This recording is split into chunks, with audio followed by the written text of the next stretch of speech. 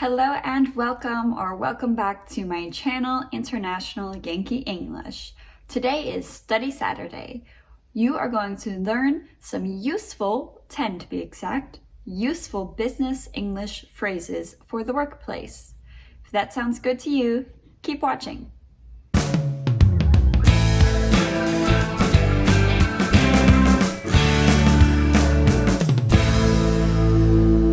So before we begin with the phrases that we will learn today, I want to give you a tip to sound more fluent or native. When you say the word to, reduce it to be t. For example, I went to the office. Not I went to the office, but I went to the office. You'll notice also when the word the comes after to, you often reduce these two sounds and bring them closer together. To the. I went to the office. To the. Okay, so my business English phrase number 1 is to bring someone up to speed. So if I want to bring you up to speed, that means I will fill you in. I will give you the information that you need to be current. For example, if your team at work is working on a business project together and perhaps one of the members, the team members, was out for a week. They were sick or on vacation. They weren't part of the team for 1 week. Then they come back to work and it is the task of the other team members to fill him in and to let him know what happened while he was gone. So they will bring him up to speed. Phrase number 2 is to lose your train of thought. So if you are in the middle of a conversation or in the middle of a meeting and you're saying something and you suddenly don't remember what it is that you want to say, you have lost your train of thought. So if you are in the middle of a point in a meeting or you are talking to somebody and you simply forget what it is that you want to say, instead of saying, I forgot what I wanted to say, you can say, I've lost my train of thoughts. Building off of phrase number 2 is phrase number 3. That is to stay on track. On track. If you stay on track, you are not getting distracted. You are not forgetting your train of thoughts. That would mean that you are going off track. So for example, when I am explaining a phrase to you in this video, anytime that I say something regarding the phrase that I am explaining to you, I am staying on track. But if I start to talk about something else unrelated to the phrase that I am explaining to you, then I am getting off track.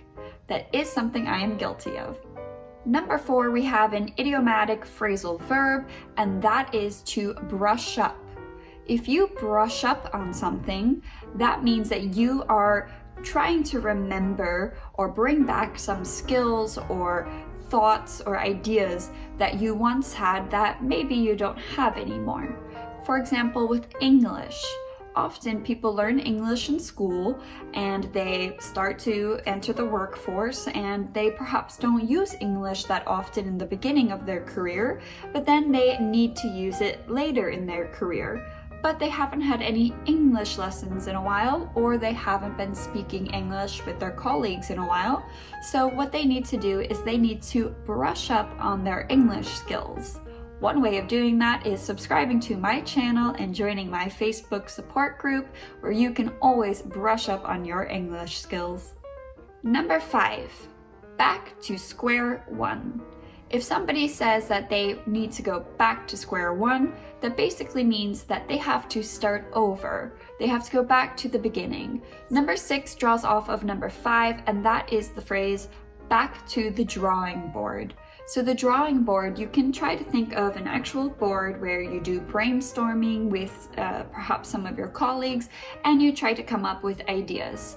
Let's say that an idea for an app or a marketing campaign fell flat. That means it didn't go well.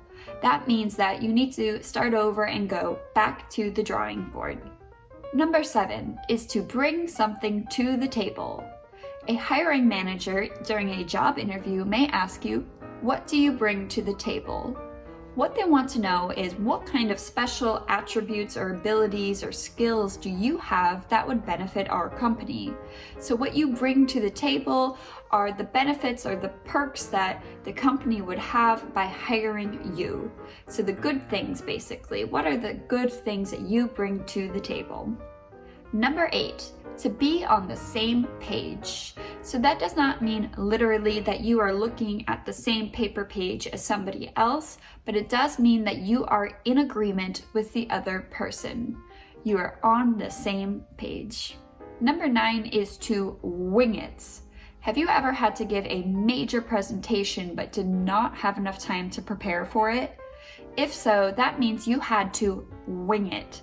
So usually people who are very confident in the topic that they need to talk about will just go out and wing it instead of writing out some index cards, taking down notes, practicing, preparing, perhaps even having a script.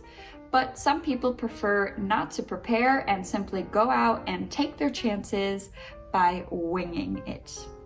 Last but not least is number 10, which now that I think about it, I should have started with this one, because this one is to get the ball rolling.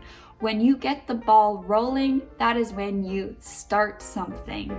So let's hope that by me posting this video, the top 10 useful English business phrases for you, that we will get the ball rolling on your subscription here at International Yankee English and your participation in our free monthly Zoom classes, as well as our English support group on Facebook, to get the ball rolling, to get started with it. Thank you so much for watching. I hope that you will come back and watch us next week. Next week, I will look into some different ways that you can learn English in a more fluent and native way. So be sure to subscribe and like this video, and also to join us on Facebook, where we have some exercises that will help you to understand these phrases a bit better. And also you will always be updated on the free conversation classes. And of course, you'll just be a part of a great community if you join. So I hope to see you there. Take care and have a great rest of your weekend. Bye-bye.